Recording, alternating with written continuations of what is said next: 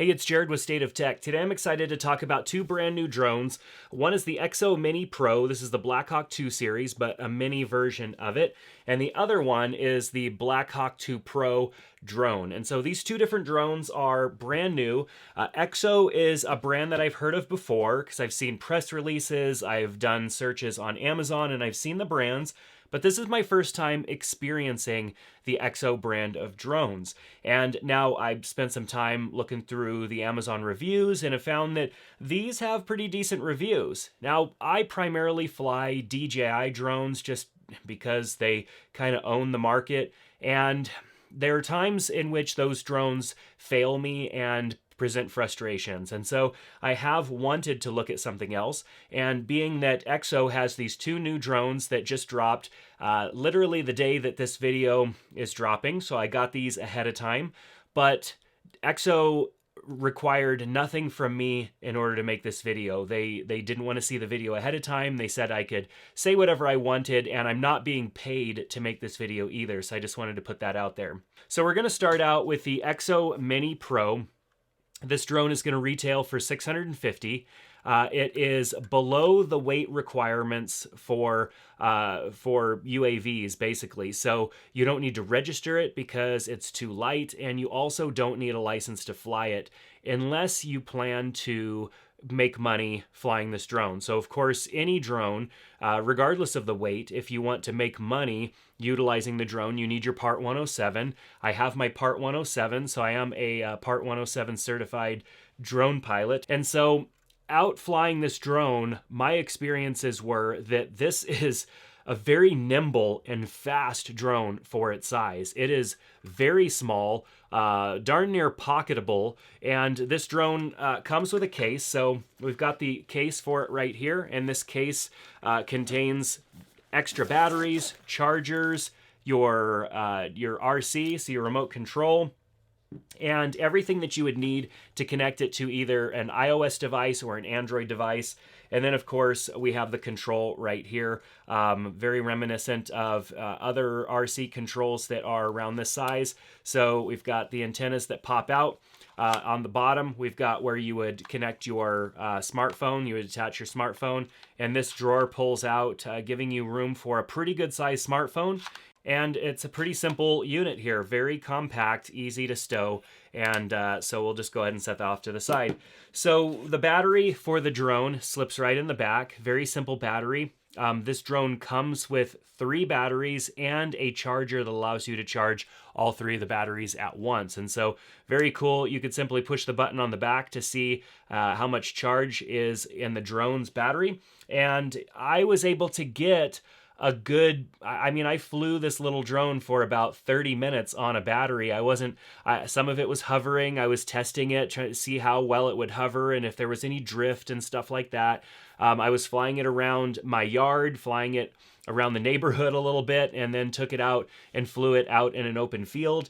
And I would get like 25 to 30 minutes of flight time out of this drone. And that's with a good amount, like there was wind outside. It was not a dead day. So the drone was fighting a little bit. And I was impressed. I'm impressed with a drone of this size, with a battery as small as this is, that I was able to get, about 30 minutes of flight time out of the drone. It has obstacle avoidance all the way around it, and that's really good because on smaller drones, sometimes you sacrifice some of those things. It has obstacle avoidance on the back of the drone, on the front of the drone, and on the bottom of the drone. No obstacle avoidance from the top, but that's not usually an issue. It's usually from behind, from the front, or from the bottom. And the times that I didn't try to run it into anything, but I did try to fly it near things, and it did a decent job of detecting and either flying around if I had that setting chosen, or just flat out stopping and putting the brakes on. So it does have a camera like most camera drones do, and it's gimbal supported right on the front. This is a 1/1.3 inch CMOS image sensor with a max aperture of 1.85, and really it's a fixed aperture, so you're getting that aperture pretty much all the time, and with that a 4K 30 frames per second ability to shoot video. and you can go down into 2.7K and get 60 frames per second. Those are cool. I mean, for me, I'm mostly just going to be shooting in 4K, but what was really neat is that it has a 200 megabytes per second bit rate, which means you're getting a ton of data, and the more data you can get in your file, obviously the better image quality, the more you're going to be able to manipulate that file in a video editor. And so I was impressed at the fact that it had that. It does record in the MP4 format, and it has both internal recording, and then we can put a micro SD card in it as well. And so it's pretty cool that you can record internally and not have to use a micro SD. There is a micro USB port on the back of the drone. You simply plug that into your computer, power on the drone, and then you can copy the footage right off of the drone onto your computer. So that's a neat feature, that you can have onboard or removable storage on this drone. Pretty cool. Now, the range is something that I've had issues with other drones in the past that are brands that I might not have heard of before. And this drone, I did not have any range issues with at all. Obviously, we're supposed to fly line of sight. We cannot let the drone get far away. And so I flew it as far away as I could see it. And being that it's a small drone, that was kind of hard to measure just how far away it was. But I mean, I'm talking like 1,000 feet away. I can make out the drone as a little speck in the sky, and no issues there at all. Whether I was flying that in the neighborhood where I could see line of sight, there's obviously lots of interference, cell phones, just different stuff going on. Or if I'm out in a field, I felt that that's pretty good. If you could fly the drone as far away as you can see it, even if it's just a tiny speck in the air, and I'm still getting great transmission, no dropped images, no nothing, it's not freezing up on me, I feel like that's pretty darn good. And so they did a good job with that. And I know that it would go much further, but legally, line of sight, you have to maintain line of sight. You cannot fly your drone unless you have a crew that's monitoring that stuff for you, which I did not. So it does say battery life should be about a 40-minute flight time. Now, as I said, I was flying this in all sorts of circumstances. I was moving it around. I mean, I was flying fast. I put it in a sport mode. I was testing out everything. And that's where I got like a 25 to 30 minute battery life. But if you were flying it around, you know, filming, taking pictures without doing any crazy movements, and of course it wasn't kind of a windy day like it was today when I filmed, you'd probably get much better battery life out of it, probably much closer to the 40 minutes. It does have what they're calling level 5 wind resistance. I'm not exactly sure what that means, but it did a good job of managing the windy conditions outside. That can be troublesome for a drone. When a drone connects and it uses GPS to kind of keep itself triangulated, and it uses its sensors to keep itself from moving around and just, you know, you having to use the sticks to control it, this drone did a good job. I would notice that when it would take off, it would kind of move around and wobble a little bit, not much, but it would wobble a little bit, and then it would lock on. And so I think it takes a couple of seconds for it to kind of find its bearings, and then it locks on, and it does a fantastic job. I didn't worry about this drifting. Even when I was flying it close to myself, I didn't worry about it drifting into me or anything like that. I felt pretty secure with the drone and it being able to hold its own when it was up. Now, this camera, I forgot to mention, also shoots up to 48 megapixel images. It also shoots HDR images, so it can't shoot both at the same time, which most of these types of cameras cannot. You can choose between a 48 megapixel image or an HDR image, and it'll also go into a night mode as well, and you can take better pictures at night. You know, it takes multiple images and combines them. So a pretty cool drone nonetheless, and it's super small.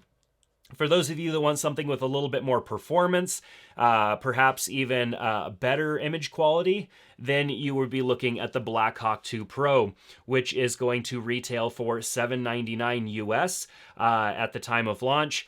It has a similar image sensor, basically the same thing. It does 4K at 30p, the same 2.7K at 60p, and it has that bit rate that goes up to 200 megabits per second or megabytes per second.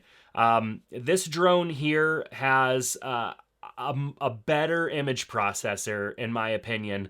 The images that came out of this drone seem to be better, and I don't know if there's any difference between the two, because when I looked at the specs, everything kind of looked the same, but this drone seemed to produce a better quality image, and I don't know necessarily why, but with a bigger drone, you usually get better image quality, you usually get a just better overall stability as well, and I feel like I got that out of this Blackhawk 2 Pro.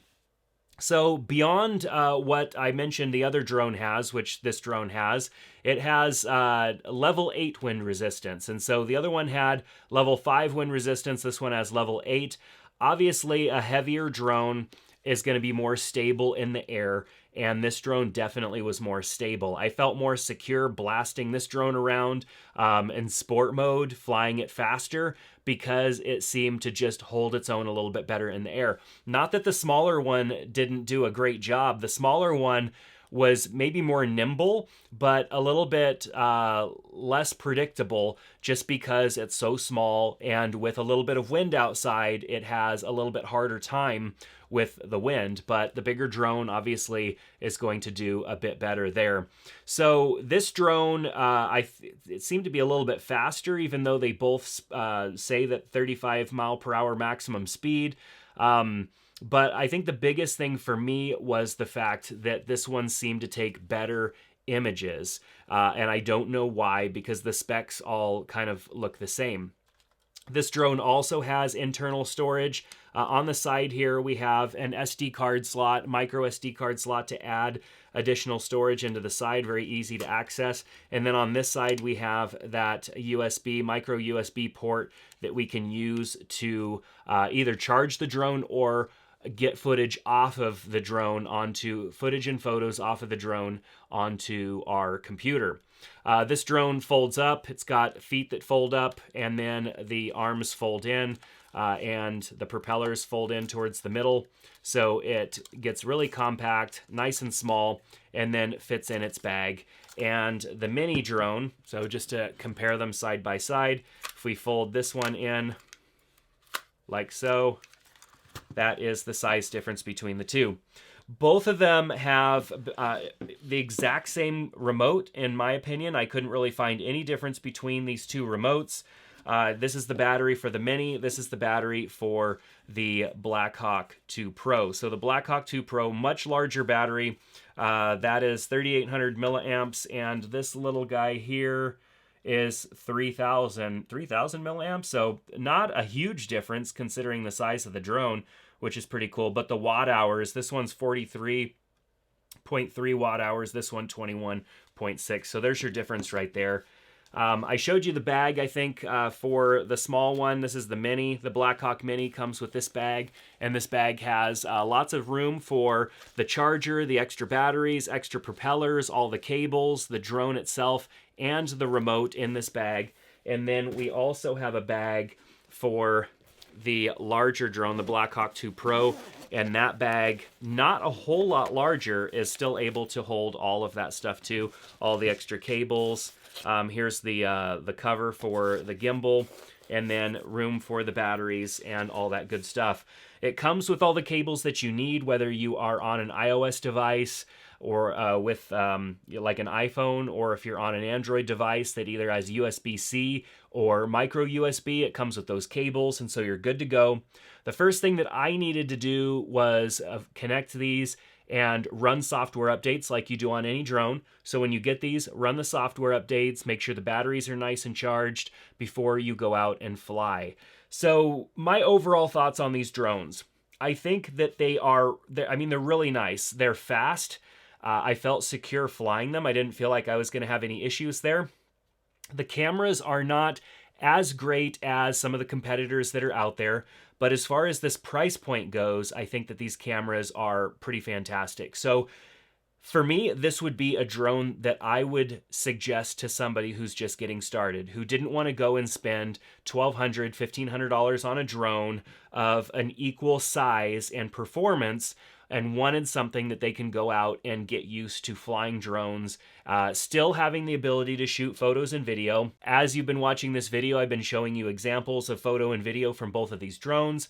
So you can see that it's not the best quality, but it is very usable and something that you can use to take pictures and shoot video of for fun. And this drone is definitely a great stepping point to either a higher end drone from Exo or another manufacturer's drone should you want to step up at that point. But I think that these drones are really great for the price and a great getting started drone for anybody out there who's looking to make their first drone purchase.